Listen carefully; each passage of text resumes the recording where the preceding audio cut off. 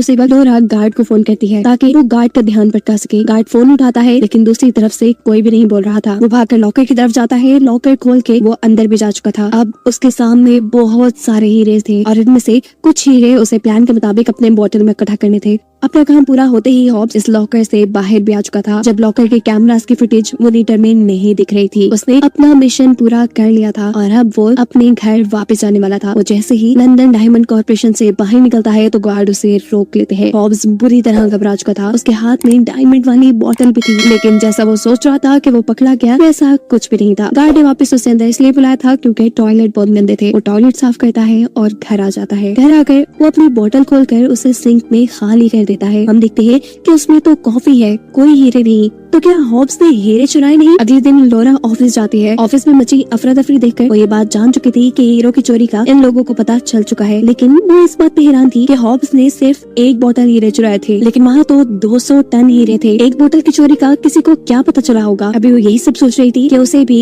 Locker room में बुला लिया जाता है और वहाँ जाकर उसकी आंखें सकते में रह चुकी थी क्योंकि उस जगह एक भी हीरा नहीं था। वो खुद हैरान थी ये सोचकर कि हॉब्स ने ये सब कैसे किया। 200 टन हीरे वो अकेले कैसे ले जा सकता था, वो भी बिना किसी ट्रक या गाड़ी के। वो जल्दी से आकर हॉब्स से पूछती है, आखिर तुमने ये सब कैसे किया? वैसे भी हमारी तो डील हुई थी कि तुम सिर्फ एक बोतल हीरे चुराओगी, तुमने 200 टन हीरे चुरा लिए। हॉब्स, तुम्हारा दिमाग खराब है। हॉब्स उसे उसकी किसी बात का जवाब नहीं देता। लोरा बहुत से सवालों से पूछ चुकी थी कि तुमने हीरे कहाँ रखे, कैसे लेकर गए, पर हॉब्स चुप था। लंदन डायमंड कॉर्पोरेशन ने बहुत से इन्वेस्टिगेटर्स की टीम भी हायर कर ली थी जिनके पास चोरों को पकड़ने की जिम्मेदारी थी और यही इन्वेस्टिगेटर हॉब्स और लोरा को बातें करते हुए देख लेता है। इसलिए इन्वेस्टिगेटर हॉब्स को अपने पास मिलने के लिए बुला लेता है। लोरा डर चुकी थी। ऑफिस के बाद वो दोबारा हॉब्स से एक होटल में मिलने के लिए जाती है और हॉब्स से पूछती है, इन्वेस्टिगेटर ने आखिर तुमसे क्या पूछा और तुमने हीरे कहाँ छुपाए हैं, मुझे बता तो दो। जवाब में हॉब्स कहता है, वक्त आने पर तुम्हें सब पता चल जाएगा। फिर हम देखते हैं कि अगले दिन लंदन डायमंड कॉर्पोरेशन में वहाँ के सीईओ से कोई मिलने के लिए आया था, जो उनसे कहता है कि अगर तुम्हें अपने चोरी हुए सारे हीरे वापस चाहिए तो तुम्हें 100 मिलियन पाउंड्स देने होंगे।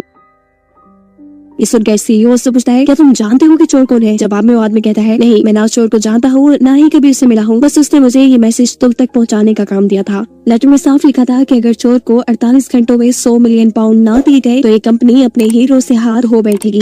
हम देखते हैं कि अब वो इन्वेस्टिगेटर जो चोर को ढूंढने में लगा था वो लोरा को अपने पास बुलाता है क्योंकि उसने काफी मरतबा लोरा को हॉब्स के साथ देखा था, इसलिए उसे लोरा पे शक था। वो लोरा से सबसे पहले सवाल भी यही करता है कि तुम हॉब्स से क्यों मिलती हो? जवाब में वो कहती है, क्योंकि वो अच्छा इंसान है, मेरा दोस्त है, इसीलिए। इस इन्वेस्टिगेशन में उसे लोरा के बारे में कुछ खास पता नहीं चला था, इसलिए वो लोरा को छोड़ देता है। अब लोरा अपने एक सीनियर ऑफिसर से मिलती है और उनसे इन्वेस्टिगेटर के साथ काम करने की परमिशन मांगती है। वो उनसे कहती है, मैं ऐसा इसलिए करना चाहती हूँ ताकि चोर का जल्द से जल्द पता चल जाए।